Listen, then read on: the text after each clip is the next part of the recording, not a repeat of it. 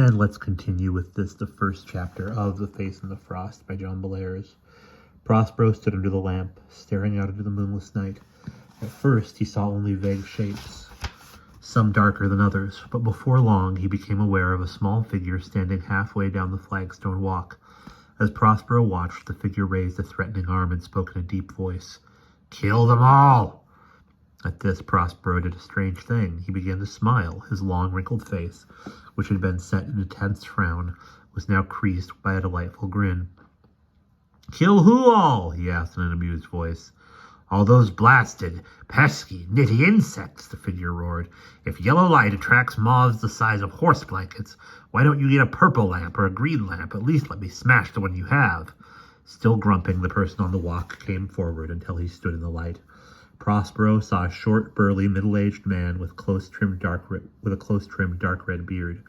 The hair on his head was beginning to get gray, and it was hard to tell whether he was going bald or just wearing a badly overgrown tonsure. The monkish aspect was also suggested by a mud-splashed brown robe, over which a shiny rain slicker was thrown. But instead of sandals, the man wore scuffed brown walking boots, and in one hand he held a dripping sou'wester rain hat, and in the other he held a long brass-tipped staff. A fat brown valise crouched at his feet, like an absurd and lumpy short-haired dog. It was Roger Bacon, one of Prospero's best friends, and a pretty good sorcerer in his own right. He had been in the North Kingdom for the last 3 years, and before that he had been in England for 3 years. But you would have thought the two men had not seen each other in 50 years, the way they pounded each other on the back, bellowing wisecracks about falling hair and midriff bulge. When the welcoming uproar had subsided, Prospero stepped back and made a deep, comic bow. "Welcome, noble friar, and when did you return from the land of ice and mist?" "Just tonight. A fishing boat put me ashore on the coast, and I found my way here as well as I could. Suddenly Roger looked up, because some movement near the porch ceiling caught his eye. A huge gray moth, at least 2 handspans across, came flapping down from the shadows, and went straight for Prospero, and before he could raise his hands, it had plastered itself against his face. Roger gave a sharp cry and rushed forward, shooing the thing until it dropped to the floor with a light plop and an unpleasant rustling sound. But before Roger could step on it, the moth rose, dived once at his head, and then floated off into the night. The two men stared after it for a full minute. And when Roger turned to look at Prospero, he saw that his face was pale even in the yellow light, and his hands were trembling. "Look here," said Roger in a worried voice. "I wish you'd tell me what's going on. You're not normally scared of insects, but then that was no ordinary moth. I've never seen one like it." Prospero sighed and rubbed his face with both hands. "I'd tell you what was going on if I knew. I've never seen anything like it either. It smelled like a basement full of dusty newspapers, but the smell isn't the worst thing about it." "That's true," said Roger, looking at the porch lamp.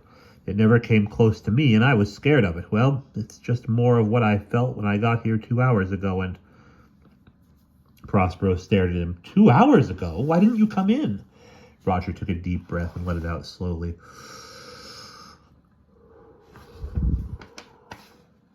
"As soon as I came through the gate, I knew that something else was here. Something that had nothing to do with you or your spells, so I poked around out here in the rain in hopes of catching the thing, or at least finding out what it was." "And did you find anything?" "No. Out by the fountain, I scared off something that might have been a dog, though it didn't look like one. It stood near the edge of the forest and stared at me for a moment, but when I threatened it with my staff, it ran away. There were sounds in the tall grass and in the bushes. All this in the wild rain, and your house all lit up. It was a bit like a dream I used to have as a child. I would be chased around and around outside my house by a tall, formless, dark creature. Every window in the house was brightly lit, and yet I couldn't go in. Of course, I could have come into your house if I had wanted to, but I felt you were safe. The thing was outside."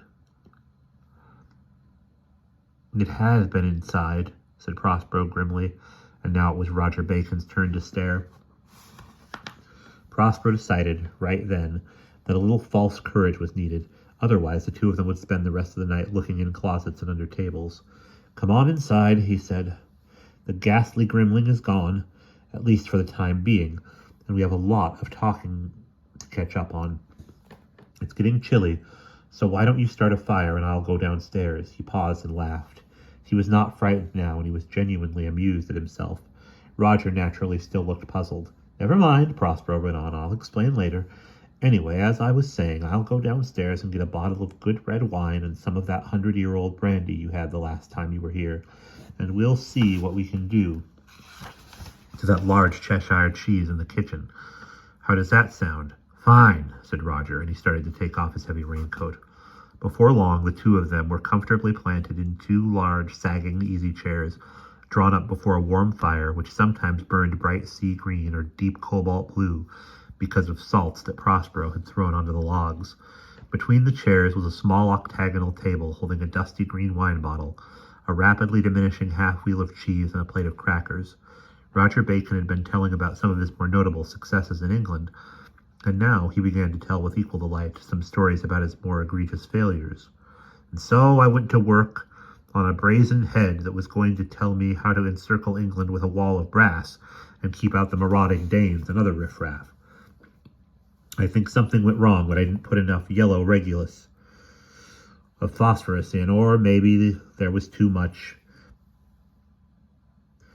astatine permanganate. Anyway, I got a head that was at least as talkative as your mirror."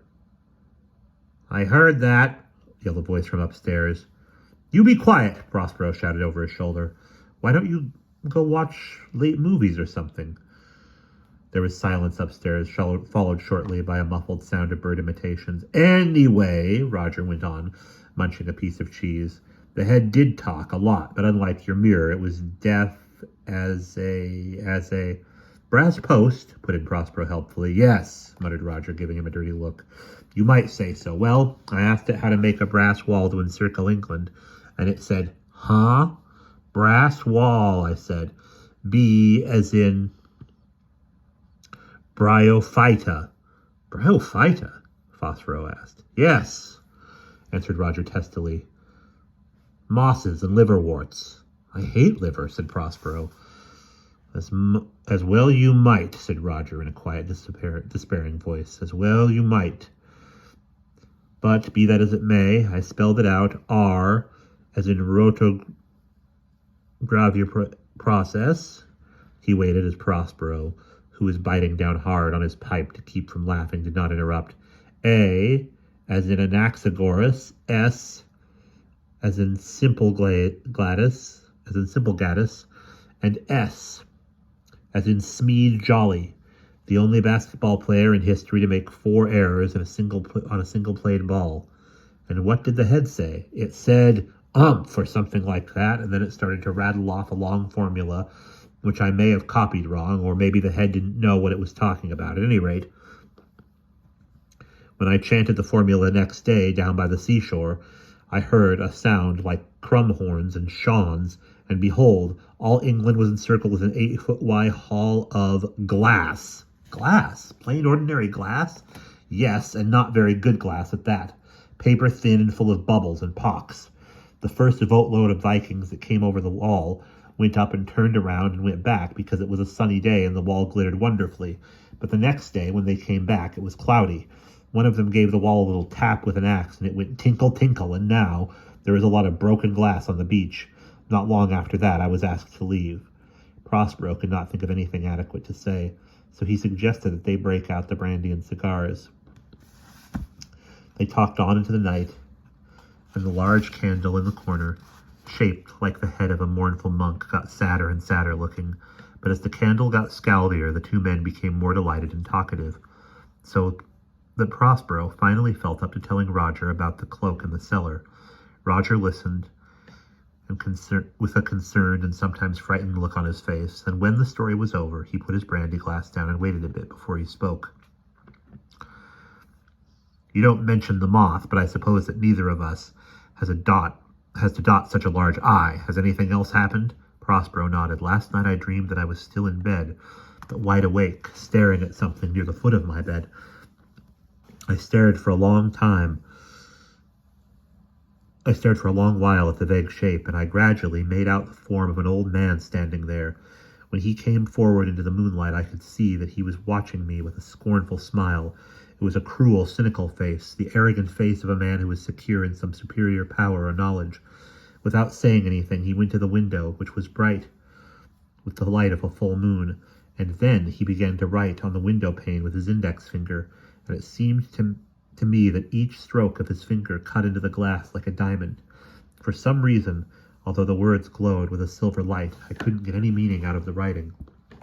I strained my eyes and stared, but it all seemed like nonsense. Then the old man turned to me and said, "Can you read what I have written?"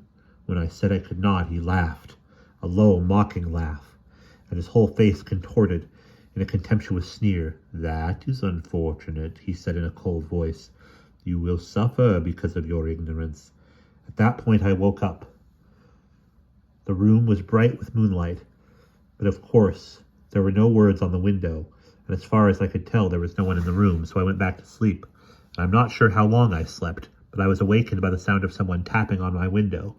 It was a sharp, metallic sound, not like someone rapping with his knuckles, and I sat up with a start. When I looked at the window, which was not very far from my bed, I saw that there was a large bird outside on the sill, and a second later I saw that it was no ordinary bird. It was skeletal. The gray light was shining through its rib cage and its eye holes. It was pecking at the pane and clattering its horrible black wings against my window. I was suddenly seized with the fear that it would break through the glass at any minute and get in. And I jumped out on the opposite side of the bed. I got hold of my staff, which was leaning against the wall near the bed, and I muttered some kind of charm. I forget what. It didn't work, but a minute or two later the bird gave an awful scraping cry and fell over backwards off the sill. Roger opened his mouth to say something, but Prospero raised his hand. "I know what you're going to say, but the bird was not in a dream. I sat there on the edge of my bed for some time after the thing vanished, and I finally did get some sleep the next morning. This morning I looked to see if the bird had left any mark on the ground where it fell. It had. The grass was crushed down in one spot under my window. It wasn't a dream, and these things, the bird, the moth, and the cloak, are not just apparitions." "I don't see what you mean." "Roger, you know as well as I do that apparitions, evil or otherwise, are abroad in the world. You have put them down with incantations, and so have I, but these things were tangible. They were real in a way that a ghost is not. Have you ever gotten close enough to an apparition to try to touch it?" Roger thought for a minute. "Well," he said, "I once had to put to rest the ghost of an old woman who was haunting a village south of here. She had been a witch, and her power to return came from a little wooden charm she had hidden under the floor of her house. I found it and decided to burn it in the town square, with the proper ceremonies, of course. When I set fire to the amulet, she appeared and rushed at me with her arms raised. She had long hooked nails and looked as though she wanted to scratch my eyes out." "And what did you feel? Did she touch you?" "She passed right through me. There was a cold breath, but not much else." "Exactly, but these things could be felt and smelled. That evil gray cloak never touched me, but it must have been as palpable as the others. It had a dead smell about it, and it made a swishing sound as it moved across the floor. And there was something else, something that you must have felt when the moth appeared. You said that you were scared by the moth, even though it didn't come near you. Do you know why you were scared?" Roger looked nervously around the dark room. "I felt there was something there. I felt the power of some incredible hateful will, a human will that wanted to kill you. But just before the moth flew away, I felt the will grow fainter." "Not quite ready," said Prospero with a sour smile. "Whoever he is, he can't do what he wants to do just yet. If there is such a he, that is. We may be wrong about all this. Anyway, we ought to talk about something else. There's nothing more maddening than empty speculation." Roger sat in his chair. "Good Lord, I had forgotten all about the notes I brought you on the book." "Book?" said Prospero. Roger looked at him in exasperation. Yes, book, remember?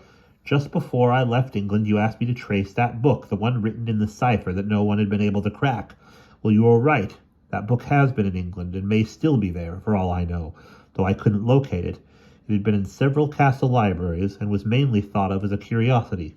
Most of the old scholars I talked to thought the book must be some kind of practical joke, an elaborate sport. It made its way from one library to another because people borrowed it and never returned it. Not that anyone tried to get it back. No one in England took the book seriously, as far as I know, except one monk in Glastonbury Abbey. He has been dead for about 50 years now, but I found his notebooks under a pile of old papers in the Abbey's archives. When you read what he has written, you may think that he was a little crazy, but I don't think so. Here, let me get the papers for you. I couldn't bring his actual notes, but I copied out everything pertaining to the book. Roger got up and went to the hallway, where he fumbled about in his raincoat for a while. When he came back, he was holding a bundle of rain-spotted foolscap sheets that were covered on both sides with his neat unsealed script. Prospero refilled the brandy glasses, and he had just risen from the chair to look at his watch when a small marble clock high up on a dark shelf near the ceiling struck 2. Not bong bong, but clunk clunk, since Prospero had stuffed the bells with paper to keep them from waking him up. When the muffled striking had finished, 2 wooden doors opened in the front of the clock, and a small brass cannon roared out.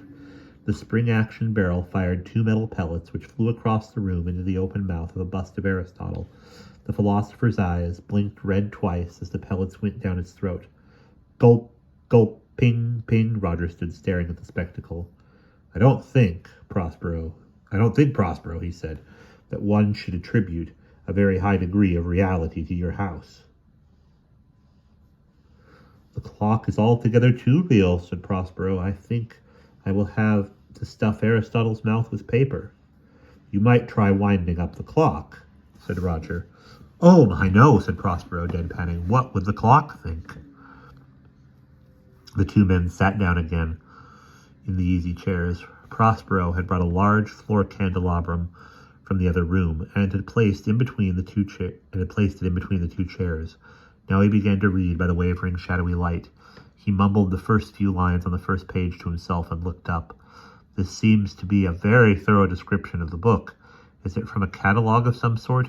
Yes, said Roger. The monk kept a descriptive list of all his books. Most of the entries are very brief and limited to standard descriptive terms.